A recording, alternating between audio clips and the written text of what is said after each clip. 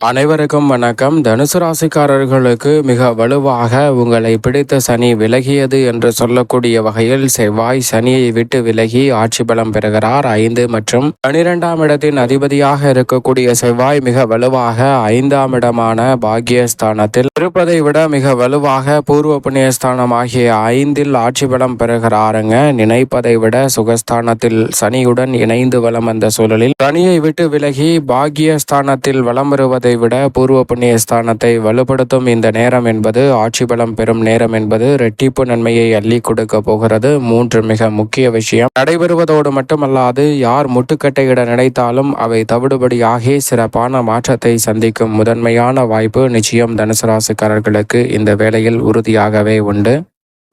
பொதுவாக செவ்வாயை பொறுத்தவரைக்கும் நவ கிரகங்களிலேயே வீரத்தை விளைநிலமாக கொண்டவராக பார்க்கப்படுகிறாருங்க. செவ்வாயின் ஆதிக்கம் இருந்தால் அதிரடியாகவும் தடாலடியாகவும் பல பணிகளை செய்து முடிக்கக்கூடிய ஆற்றல் வீரம் என்பது நிறைவாக கிடைக்கும். அதே சமயம் பொசுக்கு என கோபம் வருகிறது என்று சொல்வார்கள். அப்படி கோபம் வருகிறது என்றால் செவ்வாயின் ஆதிக்கம் நிறைந்திருக்கும் ஒரு அமைப்பாக தான் பார்க்கப்படுகிறது. சில நேரங்களில் அதிரடியாகவும் தடாலடியாகவும் சில பணிகளை செய்தாலும் கூட அவை வெற்றி நிறைந்தவையாக அமையக்கூடிய சந்தர்ப்பம் கிடைக்கிறது. இந்த வேளையில் மே 5ஆம் தேதிக்கு பிறகு மிகவும் வலுவாக ஆட்சி பலம் பெறுகிறாருங்க செவ்வாய். எனவே மிகப்பெரிய 3 விஷயம் நடக்க போகிறது. யார் நினைத்தாலும் தடுக்க முடியாது என்று சொல்லக்கூடிய வகையில் மிக அதிரடியான மாற்றத்தை செவ்வாய் ஆட்சி பலம் பெறக்கூடிய இந்த வேளையில் ஏற்படுத்தி கொடுக்க போகிறார். ஏனென்றால் செவ்வாயின் ஆளுமையில்தான் மிக பெரிய அளவில்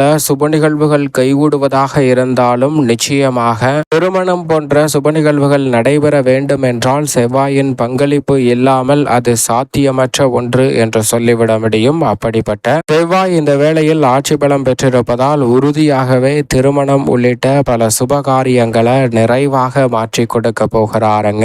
கவலைகள் அனைத்தும் முழுமையாக நீங்கி சுப நிகழ்வுகளை உறுதியாகவே ஆட்சி பலம் பெறக்கூடிய செவ்வாயின் அமைப்பு நிறைவாக சந்திக்கக்கூடிய நல்ல சந்தர்ப்பம் நிச்சயமாக கிடைக்க இருக்கிறது. யார் நினைத்தாலும் தடுக்க முடியாது என்று சொல்லக்கூடிய வகையில் உறுதியாகவே ஆட்சி பலம் பெறக்கூடிய செவ்வாயின் அமைப்பால் அடுத்தடுத்து சுப நிகழ்வுகளை நிச்சயம் நிறைவாக சந்திக்கக்கூடிய வாய்ப்பு முதல் விஷயமாக கைகூடுவதற்கான நல்ல சந்தர்ப்பம் உண்டு. அது மட்டுமல்லாது 2வது விஷயமாக பார்க்கப்படுவது பூமிக்காரகன் என்று அழைக்கப்படுகிறாருங்க. பூமிக்காரகன் என்று அழைக்கக்கூடிய செவ்வாய் இந்த வேளையில் ஆட்சி பலம் பெறுவதால் உறுதியாகவே உங்களுடைய பெயரில் ஒரு குண்டுமணி அளவாவது சொத்துக்களை பதிவு செய்யவோ அல்லது சொத்துக்கள் வாங்கக்கூடிய அசையும் அசையா சொத்துக்கள் உங்களுடைய பெயரில் வாங்கக்கூடிய விஷயம் நிச்சயமாக நடைபெற போகிறது. இது 2வது மிக முக்கியமான விஷயமாக பார்க்கப்படுகிறது. செவ்வாய் இந்த வேளையில் பல பெயர்களில் அழைக்கக்கூடிய செவ்வாய் ஆட்சி பலம் பெறுவதால் 2 முக்கியமான விஷயங்கள் நடைபெறக்கூடிய வேளையில் 3வது மிக முக்கியமான விஷயமாக பார்க்கப்படுவது பொதுவாகவே செவ்வாயை பார்த்தவரை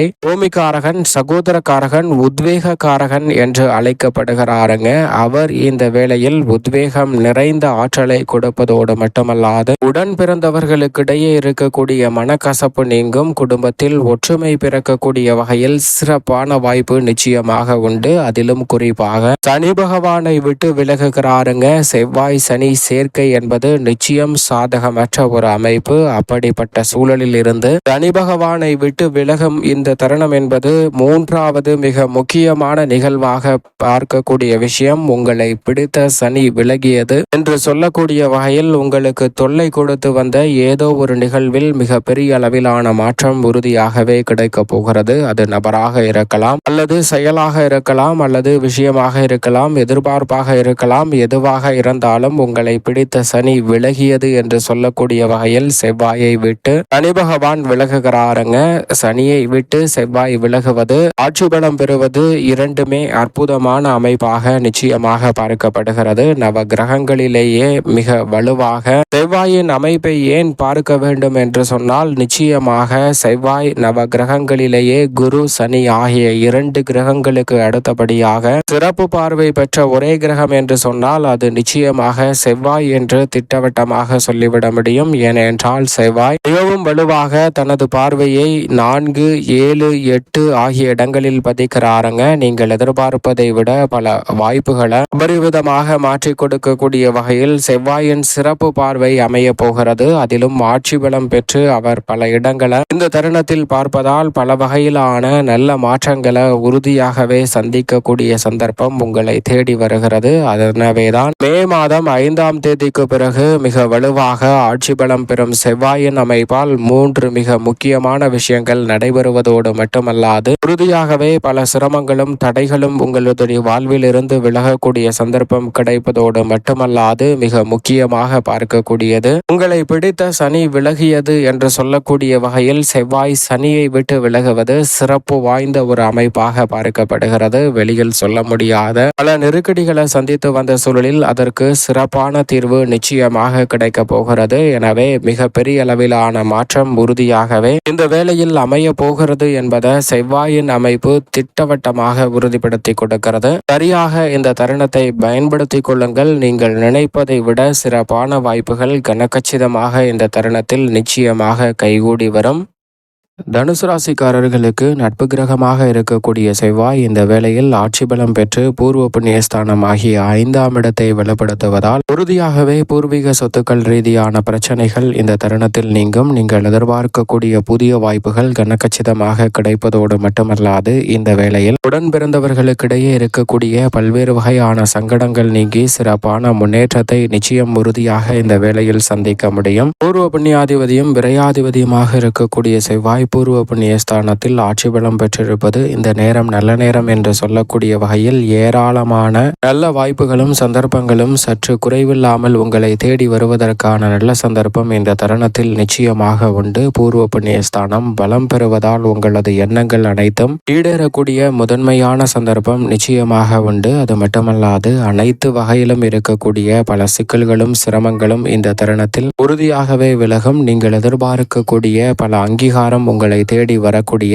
நல்ல சந்தர்ப்பம் இந்த தருணத்தில் நிச்சயமாக உண்டு. அது மட்டுமல்லாது திருமணம், புத்திரபாகியம் உள்ளிட்ட சிறப்பான வாய்ப்புகள் தடையில்லாமல் செவ்வாய் ஆட்சி பலம் பெறுவதால் உறுதியாகவே கைகூடுவதற்கான முதன்மையான அதிர்ஷ்ட யோக வாய்ப்பு இந்த தருணத்தில் தனுசு ராசிக்காரர்களுக்கு நிச்சயம் உண்டு. எதிர்பார்க்கக்கூடிய நல்ல செய்தி தொலைபேசி வழியிலாக இந்த தருணத்தில் பெறுவதற்கான முதன்மையான சந்தர்ப்பம் நிச்சயமாக கிடைக்கிறது. அதோடு மட்டுமல்லாது பொது வாழ்வில் இருப்பவர்கள் அதிக கவனத்துடன் செயல்பட்டு அனைத்தையும் சாதித்து காட்டக்கூடிய நல்ல சந்தர்ப்பம் இந்த தருணத்தில் நிச்சயமாக கிடைக்கிறது. உத்தியோகம், தொழில் ரீதியாக தொல்லைகள் அனைத்தும் நீங்கும். உங்களை விட்டு விலகியது சனி என்று சொல்லக்கூடிய வகையில் சிறப்பான நல்ல வாய்ப்புகள் இந்த தருணத்தில் கிடைக்க போகிறது. எதிர்பார்ப்புகள் நிறைவேறும். குறுக்கீடுகள் அனைத்தும் விலகி ஏராளமான நன்மை நிறைந்த வாய்ப்புகளும் சந்தர்ப்பங்களும் கிடைக்க போகிறது. பெண்மணிகளுக்கு இரட்டிப்பு நன்மை உண்டு. தனுசு ராசிக்கார பெண்மணிகளுக்கு மிகப்பெரிய அளவிலான அசூர வளர்ச்சி இந்த தருணத்தில் கிடைக்க போகிறது. பொன்பொருள் சேர்க்கை அமைவதோடு பொருளாதார பற்றாக்குறை நீங்கி சிறப்பான முன்னேற்றத்தை உறுதியாகவே சந்திக்கக்கூடிய நல்ல சந்தர்ப்பம் இந்த வேளையில் தனுசு ராசிக்காரர்களுக்கு நிச்சயமாக உண்டு. மேலும் இந்த தருணத்தை சாதகமாக மாற்றிக்கொள்ள உறுதியாகவே தனுசு ராசிக்காரர்கள் செவ்வாய்க்கிழமை விரதமிருந்து அருகாமையில் உள்ள முருகப்பெருமான் சன்னதி சென்று தீபம் ஏற்றி வழிபாடு செய்யுங்கள். மிக சிறப்பான வளர்ச்சி உறுதியாக நிச்சயம் உங்களை தேடி வரும்.